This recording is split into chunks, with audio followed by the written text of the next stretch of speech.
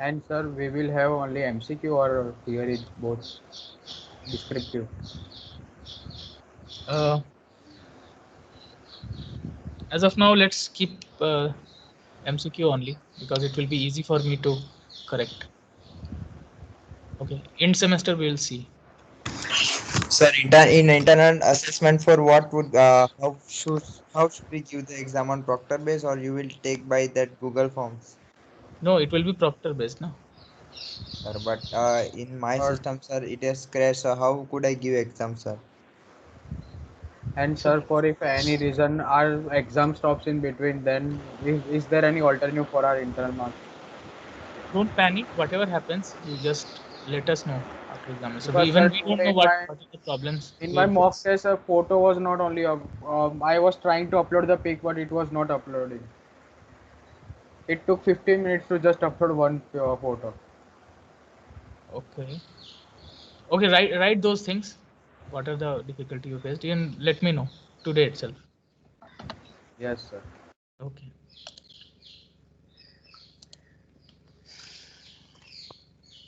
Okay. In this chapter, we were concerned about the human comfort related to the humidity of the air. Okay, so we talked about that we have dry air and atmospheric air is where everything is composed of. Dry air is where the you largely isolate H2O water vapor, and you want to study it alone. Uh, we also talked about specific and relative humidity of air. Okay, now we'll move ahead. We also talked about this relative humidity, and we can also see that when temperature, so this phi is equal to P of vapor pressure of the current in the current scenario, and the pressure the so basically it was the mass of vapor that it contains now and mass of vapor that it should contain at max that we have also related that this through ideal gas relation it can be written as PV, the the partial pressure of vapor, and the partial pressure of vapor at uh, when it contains maximum vapor in the air. Okay, so we have also replaced this thing by P of saturation pressure at that temperature. Okay, so this is your PSAT, and this is very important thing. The reason why I'm telling, now we are going to, so this is at certain temperature, now we are going to either increase the temperature or decrease the temperature. So what would have happen if we increase the temperature?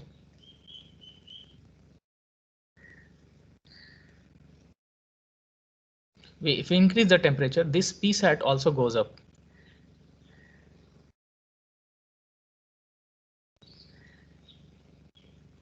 Okay, sorry, no, not goes up. So this okay, yes, PSAT goes up, right?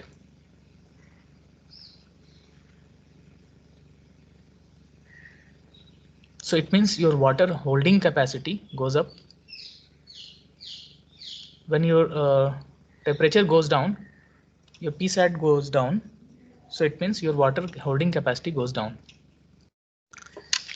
It has a large implication. We'll let you know in a while.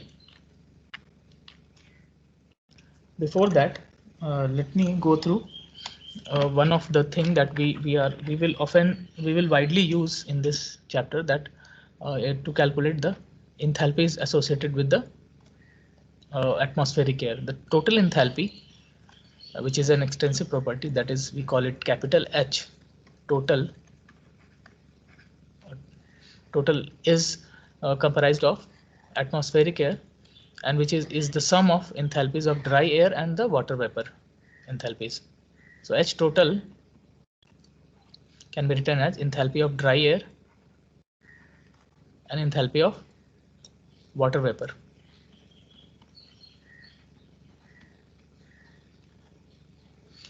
So since these are total enthalpies, I mean extensive, so we can write in terms of mass times specific enthalpy of dry air mass times specific enthalpy of water vapor. Now what should we do? We divide by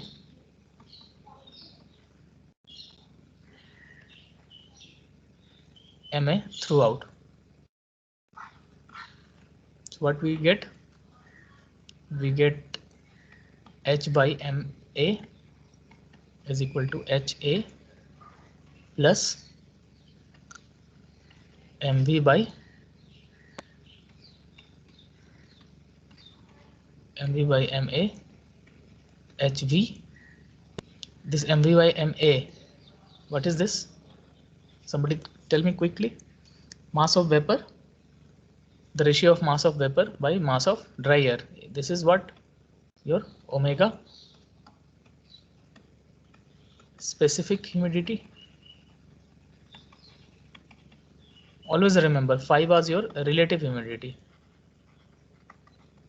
And these two things will be used quite often in this chapter, not only in this chapter, in your future thermodynamics advanced courses also. Phi is relative humidity. Okay, so this one here is omega, so I can write H by MA is equal to HA plus omega times HV or HG. So omega HV is what? Nothing but it is also HG.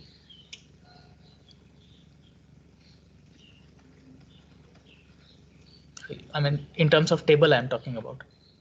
Okay, and this H by MA is called simply small h, but the thing is you have to keep in mind that the unit is kilojoule per, not kilojoule per kg, but it is kilojoule per kg of dry air. Okay, the reason being because we have divided the mass with dry air mass, and in general this has been done. I mean, the reason why we have divided by MA and not by total mass, the total mass may fluctuate, but the dry mass of the air will be intact or constant throughout the process. Only the mass of vapor may change. So that is why this thing is quite constant, behaves constantly. So that is why we chose it, it is MA that is being chosen to get the specific quantity. So specific enthalpy of atmospheric air, or specific enthalpy in terms of per kg dry air, is given as specific enthalpy of dry air plus omega times Hg. Okay, we can take one quick example. So there is a room 5 cross 5 cross 3. Let's suppose you have a room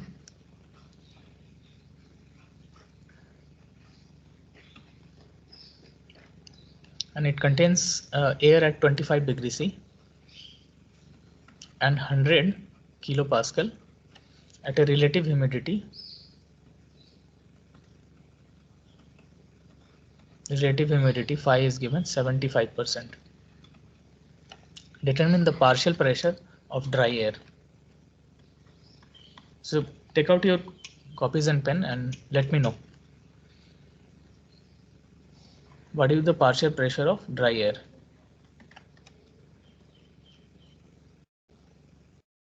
So what is this pressure given? This P.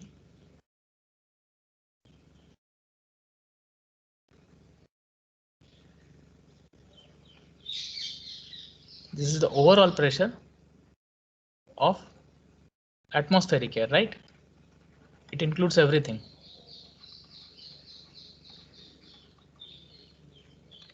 Okay, who will tell me? Let me ask someone, because you guys are not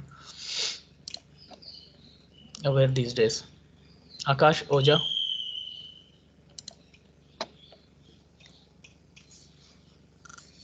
Are you there?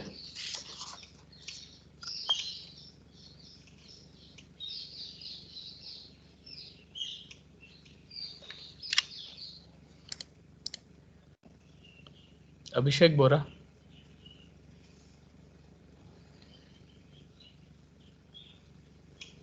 Are you guys there or listening or not? Yes, sir. Abhishek, tell me what to do.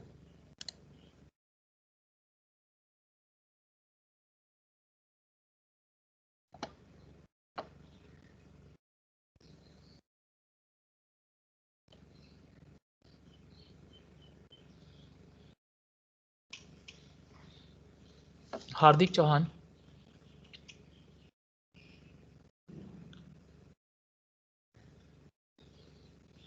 Harsh Mistry. Dhaval Mistry.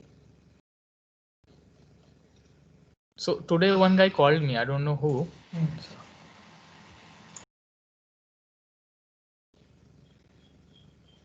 And he actually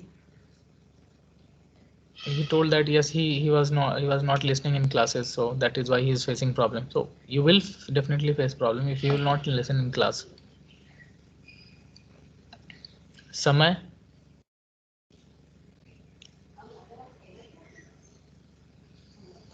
Samay. Shivam.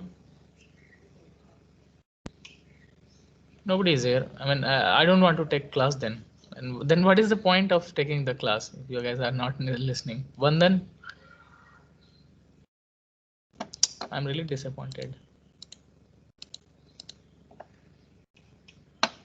No, it actually demotivates me actually if you guys are not listening, and then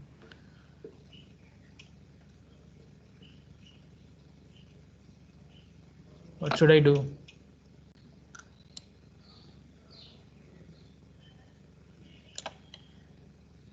Zaz, Yash Gohil. Sir, Sir, partial can I pressure try? is 75. What? Partial pressure is 75. Okay, let me see. Uh, so Yes, sir. in general, the total pressure is the atmospheric pressure, partial pressure. So no, not atmospheric. So this is the partial pressure of dry air plus partial pressure of the vapor you have, and PT is given over here is 100. Okay, PA we need to find. So PV, what is PV? So can you tell me how to calculate PV? Yes, sir. First. Sir, it will be so PV upon total pressure will be equal to 75 because that is relative humidity. Mm, no, That is of vapor only, right? Partial pressure of vapor upon partial pressure of vapor vapor. pressure of vapor pressure of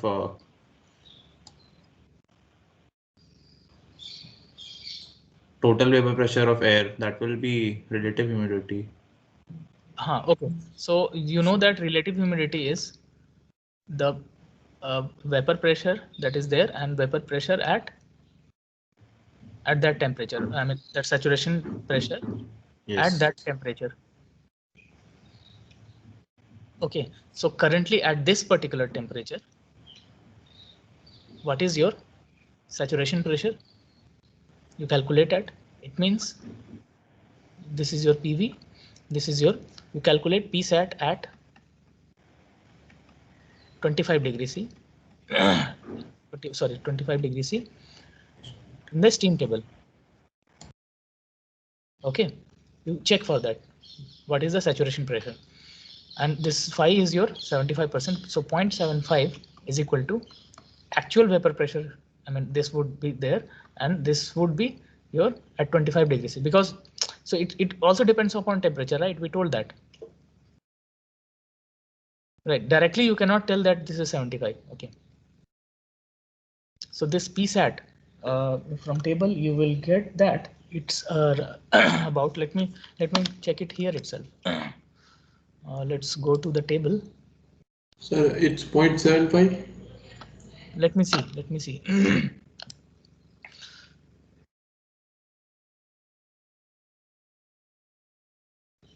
So at temperature, temperature, how much temperature? 25 degrees C. So 25 degrees C, we have saturation pressure 3.168, 169. Thank you. So this is 3.619. 1 second.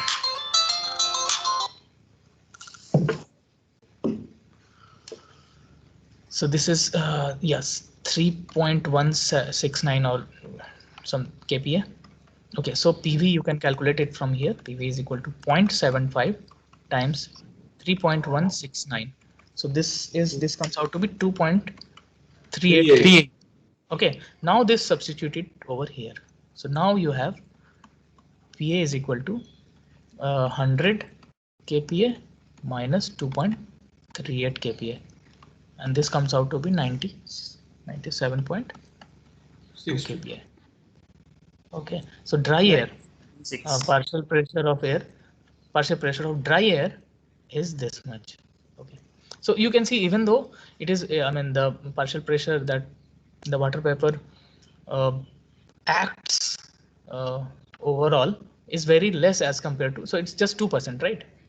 So 2% is very less, but even though this is not, I mean, in dynamic sense, it is not going to harm anything because it's just 2%.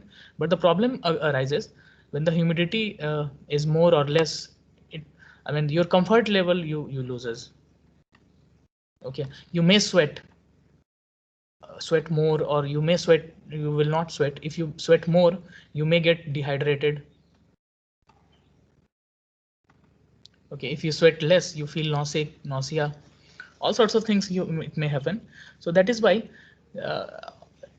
it's another fact that it's only 2% of things are there, but it may cause you discomfort while living in a nice space.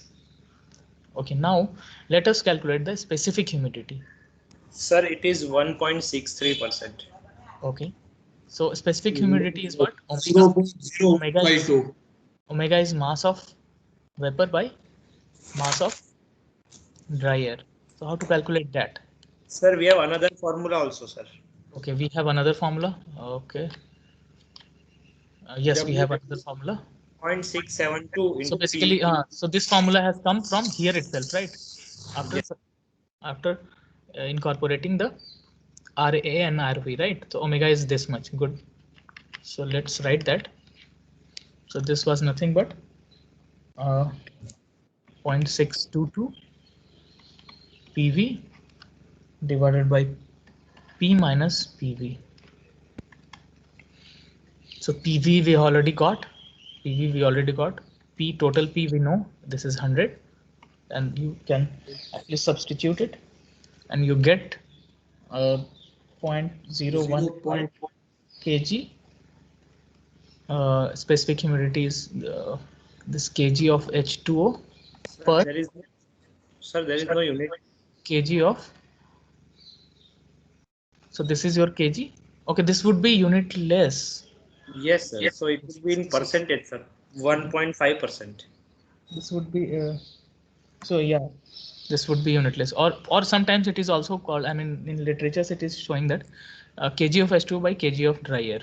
You can also write that in this fashion, but yes, it could be, I mean, it should be unitless also. Okay, next thing is enthalpy per unit mass of the dry air. 63.8. Fine. So let's not go. I mean, it seems you guys can do that. So let's keep that thing in homework. Let's rest of the thing. I'll move forward.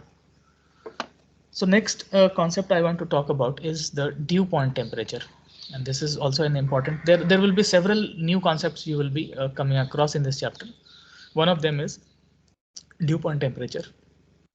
So let me go through the definition first. The dew point temperature, TDP, when written as TDP, is defined as the temperature at which condensation begins when the air is cooled at constant pressure. So there are three keywords. So condensation begins and the air is cooled at constant pressure. So there are three keywords that you should remember. the condensation happens, and constant pressure. Okay, in order to see what's happening over here, let us go and see. Okay, before that, let me give an example. Okay, let me give an example first. So you have a soda can, and this your atmospheric air outside it was very moist, means humidity was there. It was too much humid. Okay, humidity means it contains water vapor. Okay, and much humid means it contains much of the water vapor. Okay, so to say, what happens since you take out this soda can from the refrigerator, its temperature is too low. Okay, now when the temperature is too low uh, at the uh, at the boundaries of this particular cane, and when the moist air comes into the contact with this the surface of this cane, what happens? The what happens exactly is the temperature of the moist air also drops down. Okay, the temperature also goes down at constant temperature, constant pressure. This is what happens. So let's see what's happening at the through the table. So let's suppose I have a temperature and specific volume,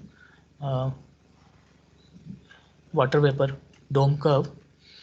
Okay, I was actually so, and constant pressure processes are often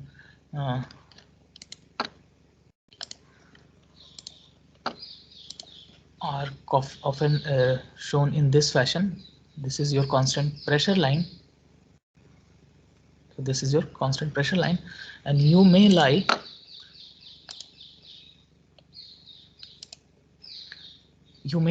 somewhere here initially. So initially your temperature was somewhere. Let's suppose this is my T1.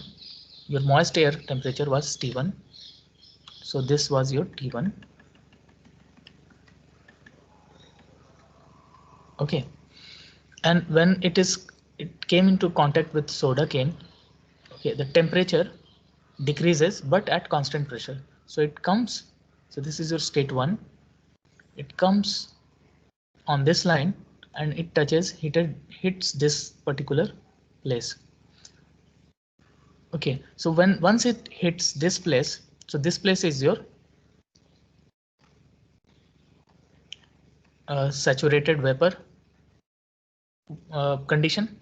Okay, and the moment it loses further temperature, your vapor condenses in the form of droplets that you will see on this soda cane. Often you will see droplets, small droplets, often you encounter in the surface of this soda cane. Okay, the reason being, at this moment of time, you have since the temperature was high, okay, you have the water holding capacity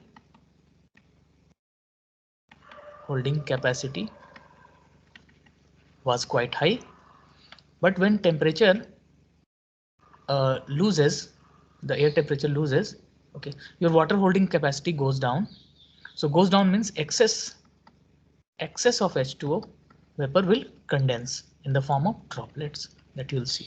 So these are the not the droplets that are coming from the soda can. Okay, it is actually the droplets that condenses from the atmosphere.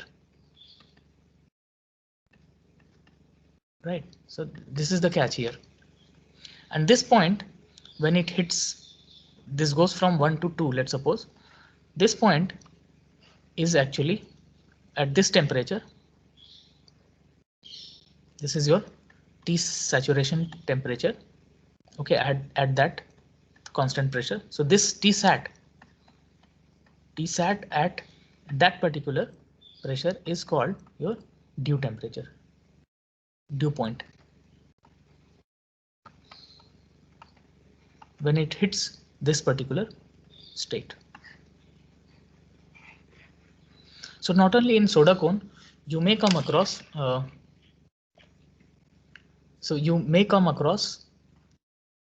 So basically this. Okay. So one more thing, at constant pressure of actually the thing is pressure of vapor pressure. Okay. At obviously this I'm talking about water vapor and those characteristics. I mean multi-phase water characteristics. So this will be PV.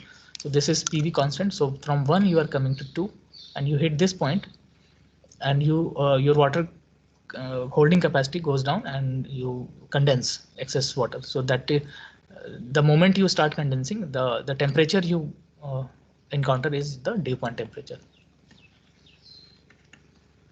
So not only in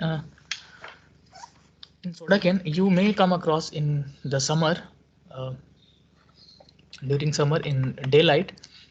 Let's suppose you have a lake and you have much of the water, it evaporates and your atmosphere contains much of the water vapor, much of the water in vapor form.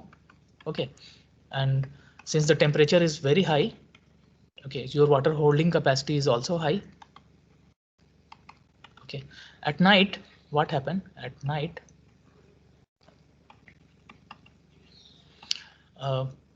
When you wake up during morning hours, the temperatures of the atmosphere goes down, and that water holding capacity also goes down. Okay, holding capacity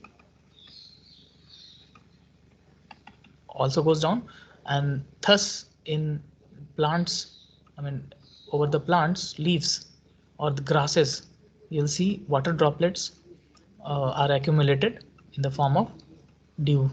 Okay, and this dew happens because your temperature goes either till dew point or below that. Okay, so yes, this is the concept I wanted to talk about. So let me go let me put one question here. This is very conceptual question and you should know this question. This is based on dew point temperature. In cold weather, condensation frequently occurs on the inner surface of the window due to the lower temperatures near the window surface. So it is talking about the foreign country, not India. So in foreign countries, you have, suppose you have a room and you have a temperature inside 20 degrees C and relative humidity, it was given 75%, and outside temperature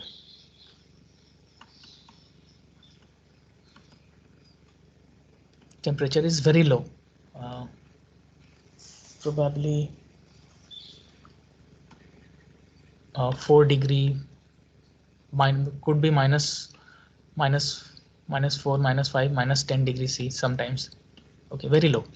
So the temperature outside is very low, but your inside temperature is a quite comfortable range, 20 degrees C. But you see that there is a problem.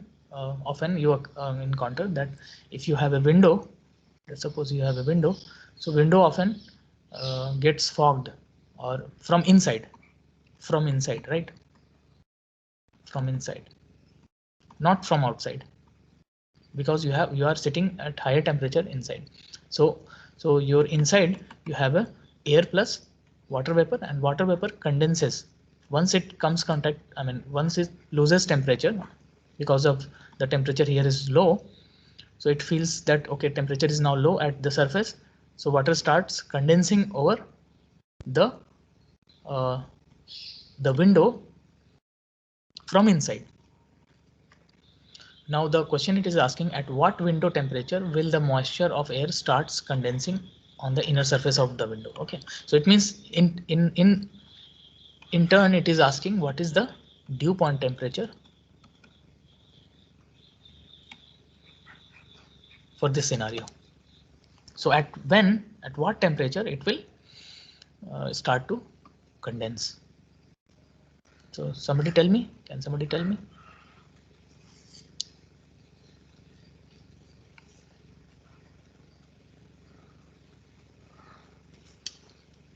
Okay, so currently let's suppose you are at 20 degrees C.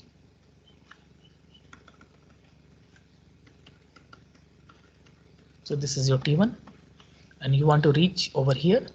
So this is dew point temperature, and dew point temperature is nothing but Tsat at this constant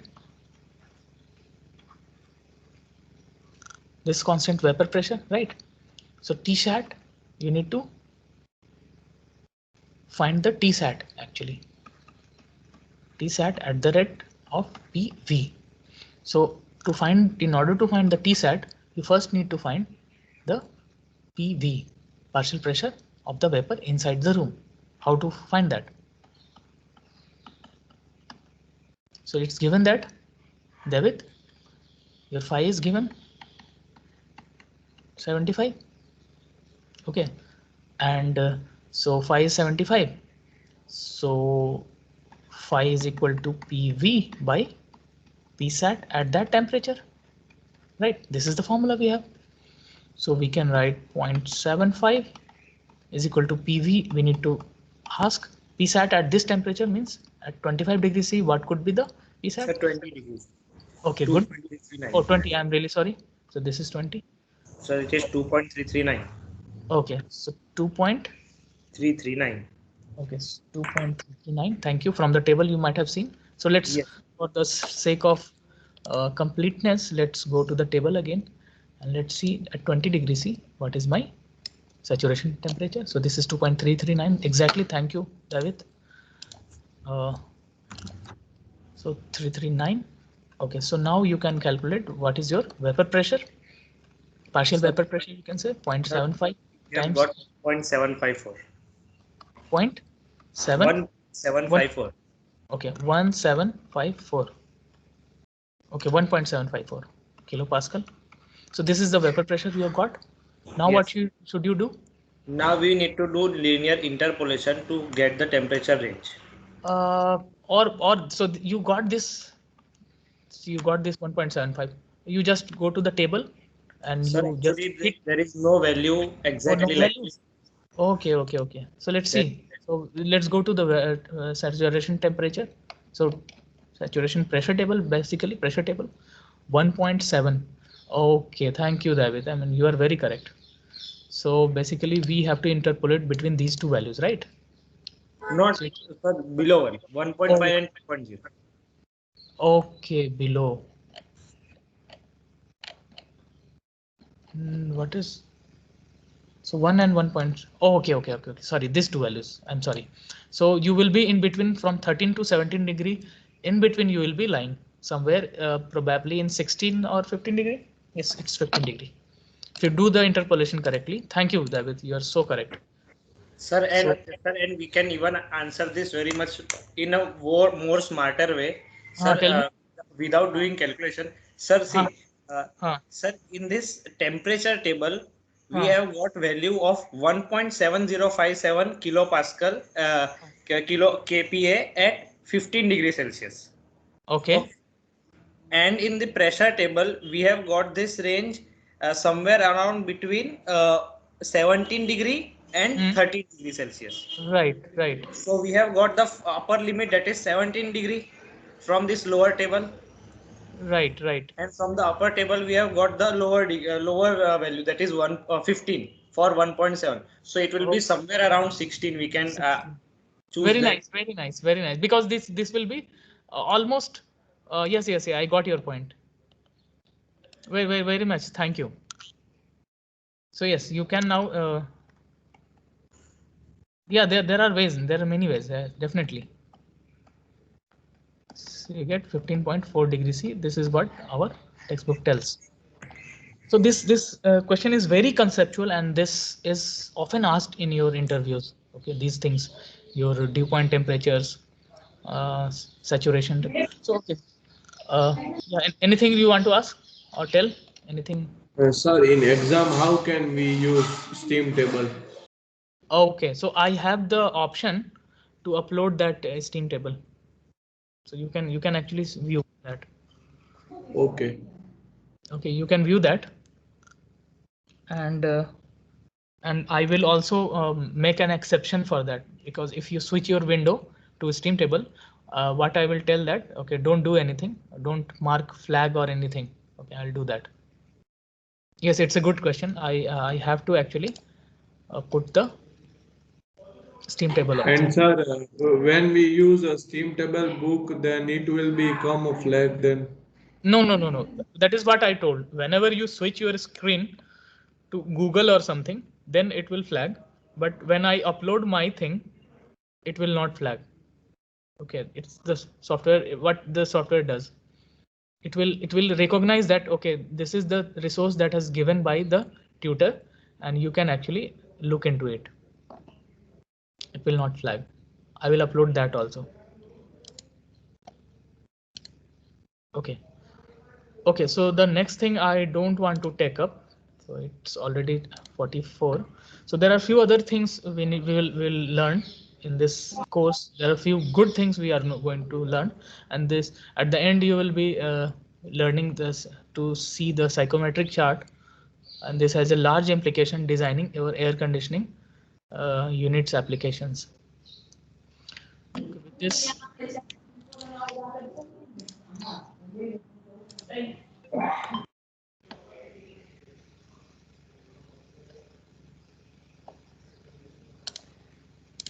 So any doubt in today's class?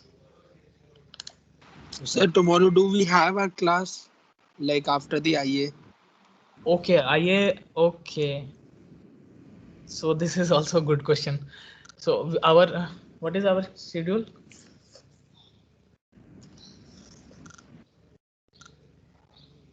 No, tomorrow. Hi, tomorrow. Tomorrow we have usual class, right? We have IA on Saturday, right? 12th. Who asked this question? Are you? Sir, we have IA of maths tomorrow. So on what time? That we don't know. So actually 11 to 12.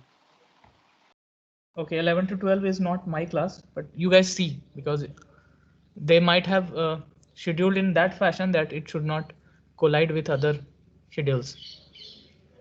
So our usual class will be there, 3 to 4. Okay. Okay.